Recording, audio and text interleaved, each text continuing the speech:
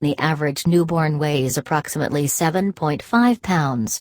But how many pounds will you weigh when you walk out of the delivery room? And how long will it take for you to get your pre-baby body back?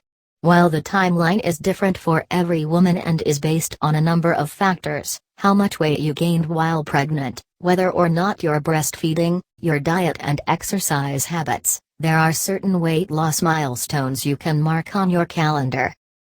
24 hours after birth. Women lose an average of 12 pounds almost immediately after giving birth. You have the baby, lose blood, fluids, amniotic fluid, says Sarah B. Krieger, mile-per-hour, road, a spokeswoman for the Academy of Nutrition and Dietetics who does home visits with pregnant women and moms who have children up to age 3. In this 24-hour period, your postpartum pooch is already starting to go down, she adds.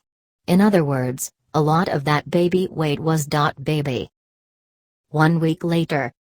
You're still peeing out a lot of the fluids, especially if you had an 4/epidural, Krieger says, meaning you're still losing weight.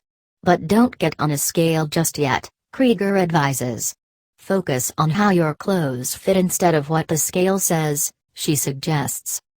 Breastfeeding may also play a role in weight loss. While women are advised to consume an additional 500 calories a day if they are nursing, they often lose more weight after giving birth. Women tend to lose more weight after birth if they are breastfeeding because breastfeeding consumes calories, says Ashley Roman, MD, clinical assistant professor, Department of Obstetrics and Gynecology at NYU Langone Medical Center. But Krieger notes that this isn't true for everyone. Some women may lose weight quicker than others whether or not they are breastfeeding, she says. 2 weeks later. Krieger doesn't think new moms should weigh themselves during the first 2 weeks, when you still might be establishing breastfeeding and your hormones are starting to come down. In other words, you're still in that baby blues period where seeing an undesired number on the scale might send you straight into tears. Plus, she adds, the number on the scale is usually not reflective of body fat, so don't discourage yourself. Krieger recommends measuring your waist with a measuring tape once a month to track inches instead of pounds. 1 month later. It almost sounds too good to be true, but it's common for new moms to lose as many as 20 pounds in the month after delivery, according to the American Congress of Obstetricians and Gynecologists, ACOG. Since most women are advised to gain 25-35 pounds while pregnant, 1 month later, you might be almost back to your pre-baby size. 6 weeks later. The uterus returns to the pelvis around this time, so your belly is looking flatter and smaller. It's a big change as far as the belly goes, Krieger says. Maybe you will get to wear your bikini again. A few months later. According to ACOG, if you keep up the healthy eating habits you began during pregnancy, you'll be close to your normal weight within a few months of giving birth.